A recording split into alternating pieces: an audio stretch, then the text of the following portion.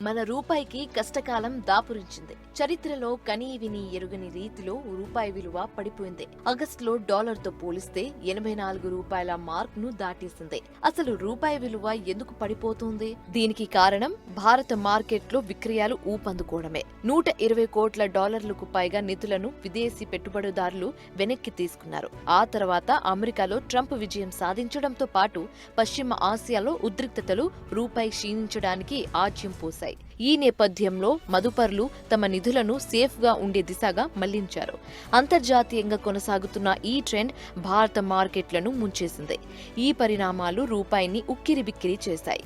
విదేశీ పెట్టుబడిదారులు ఆగస్టులో సుమారు 250 కోట్ల డాలర్లను భారత మార్కెట్ల నుంచి ఉపసంహరించుకున్నారు. దీంతో రూపాయి విలువ పడిపోయింది. అదే సమయంలో డాలర్ బలపడింది.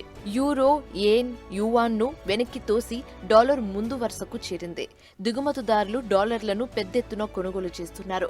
డాలర్ మరింత బలపడితే దిగుమతులు మరింత ఖరీదుగా మారే ప్రమాదముందని దిగుమతిదారులు భయపడుతున్నారు. ఎందుకంటే అంతర్జాతీయ వాణిజ్యం మొత్తం డాలర్లోనే సాగుతోంది. సమీప భవిష్యత్తులో డాలర్ బలపడితే కష్టమని ముందే వాటిని రిజర్వ్ చేసుకుంటున్నారు. ఫలితంగా డాలర్కు డిమాండ్ పెరిగింది. భారత రూపాయి క్షీణించడంతో భారతీయ దిగుమతిదారులు కూడా పెద్దెత్తున డాలర్ కరెన్సీని నిల్వ చేసుకున్నారు.